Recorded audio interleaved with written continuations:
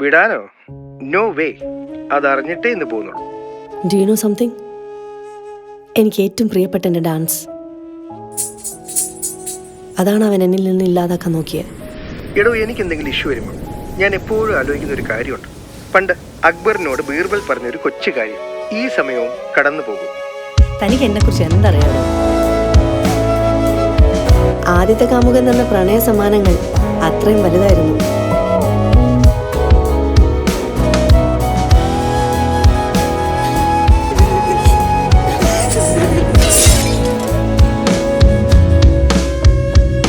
എന്നിട്ട് അവസാനം എന്തായി?